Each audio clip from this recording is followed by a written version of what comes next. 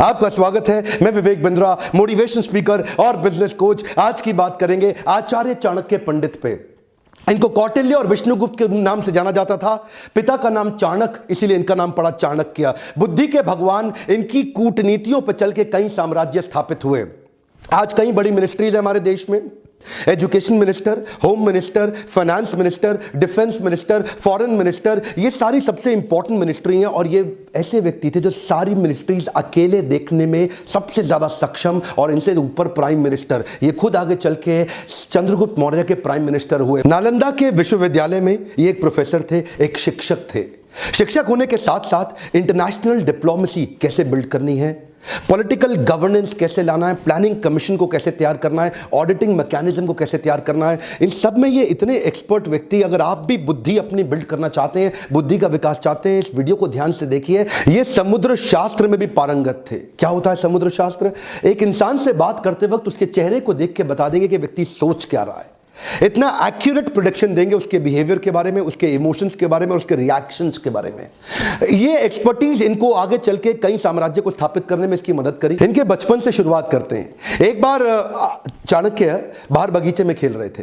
पीछे से इनके घर में एक एस्ट्रोलॉजर ज्योतिषी आया, जो उनकी मां से जब मिला तो उन्होंने चाणक्य की पत्री देख के बोला कि ये तो आगे चल के इसके जीवन में राजयोग लिखा है, ये आगे चल के देश का बड़ा प्रधानमंत्री भी बन सकता है। मां सोचने लगी, अगर ये प्रधानमंत्री बन गया तो ये तो मुझको भूल जाएगा। तो उन्होंने कहा, क्या ये बात सच है? बोला, इसकी पुष्टि करनी हो तो चाणक्य के दांत को देखना, सामने वाले दांत पे उसके नागराज का एक चिन्ह होगा। और वो पुष्टि करने के लिए जब मां ने बुलाया तो देखा कि चाणक्य के दांत पे वो चिन्ह था। तो मां रोने लगी, बोली, तू आगे चल के राजयोग के चलते प्रधानमंत्री बनेगा, मुझको भूल जाएगा। इतना सुनते ही चाणक्य ने पत्थर उठाया और अपना दांत तोड़ दिया और क्या बोला, मां, तेरे प्रेम के चलते मैं ऐसे हजारों राजपाट तुरंत खत्म कर दूंगा। इससे पता चलता है चाणक्य को कभी सत्ता का लोभ नहीं था। आगे चल के देशभक्त चाणक्य तक्षशिला के प्रधानाचार्य बने, प्रधानाध्यापक बने। उन्हीं दिनों सिकंदर पूरी दुनिया को जीतते हुए भारत की तरफ बढ़ रहा था। सोने की चिड़िया भारत को लूटने के लिए वो आक्रमण पे आक्रमण कर रहा था, पोरस को हरा चुका था। और चाणक्य के मन में उन दिनों एक ही सपना था, क्यों ना अखंड भारत का निर्माण किया जाए, एक शक्तिशाली राजा को खड़ा किया जाए। ये अलग अलग राजाओं से इन्होंने मिलना शुरू किया। उस समय मगध जो सबसे बड़ा साम्राज्य था नंदा डायनेस्टी का, आज के समय में जो उड़ीसा है, बिहार है, उत्तर प्रदेश जो आज का समय है, वो सारा सब उस समय मगध कहलाया जाता था। और नंदा डायनेस्टी का सबसे बड़ा राजा धनानंद ये उसके पास गए और उसको इन्फ्लुएंस करने का प्रयास किया कि क्यों ना सिकंदर के खिलाफ हम तैयारी करें। और तब इन्होंने कहा, अच्छा, उस समय धनानंद बिजी था। किन चीजों में बिजी था? वो प्रजा से कर वसूलता था, टैक्स लेता था और उसको अपने जुए सट्टे लॉटरी में, परस्त्री गमन में, अपने भोग विलास के अंदर खर्च कर देता था। इन्होंने इसको समझाया कि राजा का कर्तव्य है कि समाज से पैसा ले, जो आप टैक्स लेते हैं उसको समाज सेवा में लगा दें। और धनानंद को गुस्सा आया, बोला, ए पंडित, तुम अपनी पंडिताई करो, मुझको राजपाट ना सिखाओ, सिकंदर यहां तक नहीं पहुंच पाएगा। जब चाणक्य ने इनको दोबारा समझाने का प्रयास किया, इन्होंने धक्का मार के उसको गिरा दिया नीचे। और जब चाणक्य नीचे गिरे तो उनकी शिखा खुल गई और बोले, तेरी यही शिखा काट देंगे। उस बात पर चाणक्य को बहुत बुरा लगा। उस दिन उन्होंने एक संकल्प ले लिया कि मैं ये शिखा तब तक नहीं बांधूंगा। This is called converting anger into resolution. उन्होंने अपने क्रोध को संकल्प में परिवर्तित किया। बोला, उस दिन तक शिखा नहीं बांधूंगा जब तक तेरे साम्राज्य को उखाड़ के एक अखंड भारत का राजा ना लाकर खड़ा कर दूं। बहरहाल अब चाणक्य को लगने लगा कि अब समय आ गया कि मुझे ही किसी को कल्टीवेट और बिल्ड करना पड़ेगा। चाणक्य की डिटर्मिनेशन आपको इस बात से समझ में आएगी कि उन्होंने एक यंग लड़के के प्रति अपना जीवन समर्पित कर दिया, जिसका नाम था चंदू। इसका नाम आगे चल के पड़ा चंद्रगुप्त। इसको उन्होंने ट्रेनिंग दी, बहुत सारे संस्कार और सारे प्रकार के शास्त्र उसको सिखाए। इमेजिन करिए, ये 17-18 साल के लड़के, चंद्रगुप्त की मदद से इन्होंने सोचा कि मैं सिकंदर के साम्राज्य को उखाड़ दूंगा। चंद्रगुप्त को खुद को भी विश्वास नहीं था, लेकिन उनको निष्ठा थी, उनकी शरणागति थी चाणक्य पंडित के प्रति। चाणक्य उनको एडवाइस करते चले गए, गाइड करते चले गए। चंद्रगुप्त उनकी सारी बातों को मानते चले गए। ये कहते थे कि शत्रु की दुर्बलता जानने तक उसे अपना मित्र बनाए रखो। चंद्रगुप्त हैरान, बोले, सिकंदर को मित्र कैसे बनाएंगे? चाणक्य ने तभी चंद्रगुप्त को समझाया कि तुम इनकी सेना में शामिल हो जाओ। किसी प्रकार से इन्होंने छोटे से बालक को उनकी सेना में घुसाया और उनका एक फेथफुल सिपाही बना दिया, जिससे अंदर की सारी जानकारियां अब चाणक्य के पास आने लगी। चाणक्य को इतना समझ में आ चुका था कि बहुत दूर से ट्रैवल करती हुई लाखों की सेना सिकंदर की शरीर से अब थक चुकी है। बोला अब इनको मन से थका देंगे। इन्होंने अंदर भ्रांतियां फैलानी शुरू कर दी सिकंदर की सेना के बीच में। देखिए, सिंध नदी अभी तक पार नहीं कर पाया था, भारत में अभी तक घुस नहीं पाया था पूरी तरीके से, और वहां भ्रांतियां फैला दी कि हमारे जो देश, भारत के जो देवी देवता हैं वो तुमसे नाराज हो चुके हैं। इन्होंने अजीबोगरीब काम कराए। कभी कभी अलग अलग दिनों में खाने में जहर मिला देते थे, द्विकंटक नीति के साथ छोटे छोटे अटैक करा देते थे, उनके देश के झंडे को जो पहाड़ पर लगा हुआ है उसको जला देते थे, अलग अलग प्रकार की विस्मक भ्रांतियां फैला देते थे, लोगों के अंदर कंफ्यूजन आपस में उनको लड़वा देते थे। 15, 16, 17, 18 साल के 10-15 लड़कों की मदद से इन्होंने उस सेना को खोखला बनाना शुरू किया, उनका मनोबल तोड़ना शुरू किया। सिकंदर ज्यादा लंबे समय तक रुक नहीं पाया। क्या कहते हैं, जो जीता वही सिकंदर? गलत है सर, जो जीता वही सिकंदर नहीं, जो जीता वही चंद्रगुप्त मौर्य। ये किसी को नहीं पता, सिकंदर भारत में कभी घुस ही नहीं पाया। चंद्रगुप्त मौर्य केवल गाइडेंस लेते रहे आचार्य से, और आचार्य चाणक्य पंडित की गाइडेंस में पूरी सेना को उखाड़ के बाहर कर दिया। इससे क्या हुआ, अब इनमें कॉन्फिडेंस बहुत आ गया।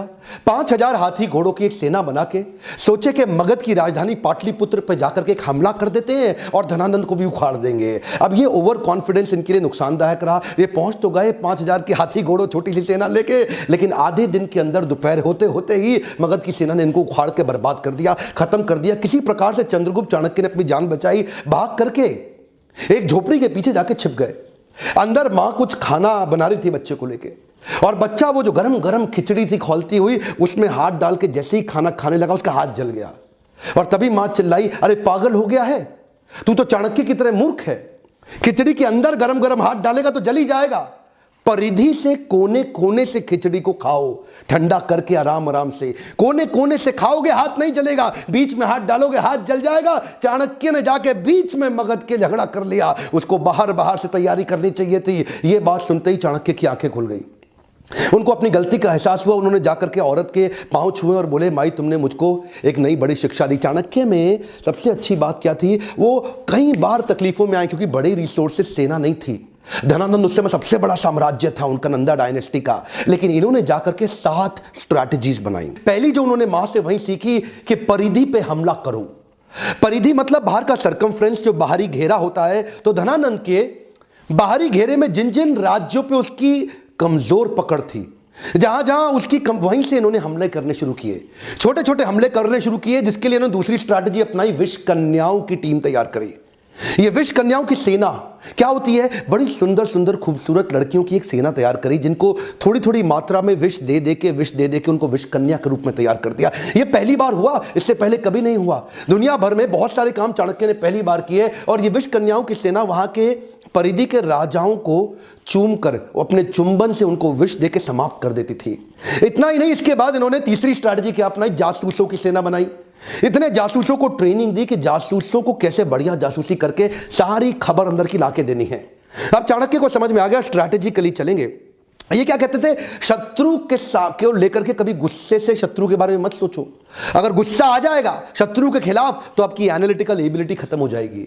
तो चाणक्य जो आंकलन करते थे ना, एनालिसिस, वो ऐसा इतना जासूसों से इतनी इंफॉर्मेशन लाते थे, और कभी कभी जासूसों की भी जासूसी करा देते थे। चाणक्य इतने एक्सपर्ट थे कि पैरेलली चौथी स्ट्रैटेजी बना रहे थे, building a high performance team. ये इन्होंने कैसी करी, इन्होंने वात्सायन मुनि का एक वेश धारण कर लिया, और ये जानते थे कि अगर बड़ी सेना बनानी है तो उनके मन, बुद्धि और आत्मा को जीतना पड़ेगा। एक पॉपुलर अपने आप को वात्सायन मुनि के भेष में जाकर के लोगों को जगह जगह कथा प्रवचन करते थे, और उनको धीरे धीरे इंस्पायर करते थे कि तुम चंद्रगुप्त की सेना को ज्वाइन कर लो। ये जानते थे कि प्रेम से बात करूंगा और आध्यात्मिक बात करूंगा, लोग प्रभावित हो जाएंगे, प्रभुभावित हो जाएंगे, और मेरी स्टोरी और मेरी कहानी पे विश्वास करेंगे और चंद्रगुप्त की सेना को ज्वाइन करते चले जाएंगे। उनकी आत्मा, मन, बुद्धि को जीतने के बाद अपनी वाणी की शक्ति से उनको प्रभावित करके एक एक करके धीरे धीरे 8 लाख लोगों की सेना तैयार कर दी। यह सेना ऑलरेडी 4 गुना बड़ी हो चुकी थी अब धनानंद से। इनके पास हाथी घोड़ों की बड़ी सेना और घुड़सवार रथों की बड़ी सेना, पैदल सिपाहियों की सेना, इतनी बड़ी सेना धीरे धीरे ये देखिए इस सारी स्ट्रैटेजीज पैरेलल करते चले गए। हमारे देश में आज आरक्षण का बड़ा चक्कर चल रहा है ना, वहां पे आरक्षण के चक्कर के सख्त खिलाफ थे। ये कहते थे केवल योग्य व्यक्ति को आगे बढ़ाऊंगा, your country is only as powerful as your lieutenants. तो अपने लेफ्टिनेंट को चूज करते थे, जो आदमी योग्य है उसी को आगे बढ़ाते थे। उनके ट्रेनिंग कैंप्स पे क्या कहते थे कि राजा को अपने आसपास के लोग बुद्धिमान और योग्य रखने चाहिए, चापलूस लोग नहीं चाहिए जो केवल आपकी तारीफ करते रहे। चाणक्य श्लोक बोलते थे, दुर्जनेषु च सर्पेषु वरम सर्पो न दुर्जना, सर्पोदंशति कालेना दुर्जनस्तु पदे पदे। चाणक्य कहते थे दुर्जन मतलब दुष्ट व्यक्ति और सर्पेशु मतलब सांप, इन दोनों में से सांप अच्छा है। वरम सर्पो न दुर्जना, दुर्जन को छोड़ दो, सांप के साथ रह लो। सर्पोदंशति कालेना दुर्जनस्तु पदे पदे, सांप तो एक ही बार काटेगा, एक ही बार डसेगा, लेकिन दुर्जनस्तु पदे पदे, दुर्जन व्यक्ति हर कदम पे आपको डसेगा, हर बार डसेगा। इसीलिए क्या कहते थे कि मैं टीम ऐसी तैयार करूंगा जो केपेबल लोगों की हो और दुर्जन ना हो। तो ये एक हाई परफॉर्मेंस टीम तैयार करते गए और साथ साथ ये छापामार युद्ध के छोटे छोटे प्रयास करते गए। ये इनकी अगली स्ट्रैटेजी समझिएगा। एक तो देखिए होता है कि टेस्ट एंड लॉन्च और एक होता है लॉन्च एंड टेस्ट।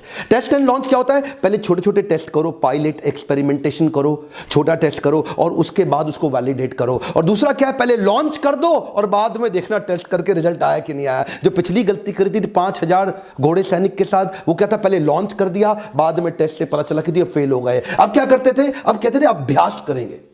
बोले प्लानिंग और प्रैक्टिस में फर्क है। प्लान तो आपका ठीक हो गया लेकिन छोटे छोटे प्रैक्टिस करेंगे। तो छापामार युद्ध परिधि में लगातार करते रहते थे। उससे इनकी प्रैक्टिस बढ़ती चली गई, इतनी प्रैक्टिस बढ़ गई कि उसके बाद वो टेस्ट एंड लॉन्च, इतने सारे टेस्ट कर दिए कि ताकि बड़ा हमला करने पे दिक्कत ना आए। और अगली स्ट्रैटेजी में इंटरनेशनल अलायंसेस बिल्ड करके अपनी ताकत और अपनी सेना को बड़ा करते गए। कश्मीरी राजा प्रवर्तक को उन्होंने अपने साथ में लिया और बाहर से कई यूनानी राजाओं को भी अपने साथ लिया, जो ये पिछली बार पहले जीत चुके थे सिकंदर को। तो वहां से कुछ यूनानी राजाओं के साथ भी उन्होंने सपोर्ट लिया, पोरस का भी सपोर्ट अपने साथ में लिया और कई समुद्री लुटेरों को भी अपने साथ में अपनी सेना में बनाया। इतनी बड़ी सेना बना करके ये 7 स्ट्रैटेजीज मिला के इकट्ठे चलते चले गए। एक एक करके अंदर घुस के पूरी धनानंद की नंदा डायनेस्टी को उखाड़ के खत्म कर दिया।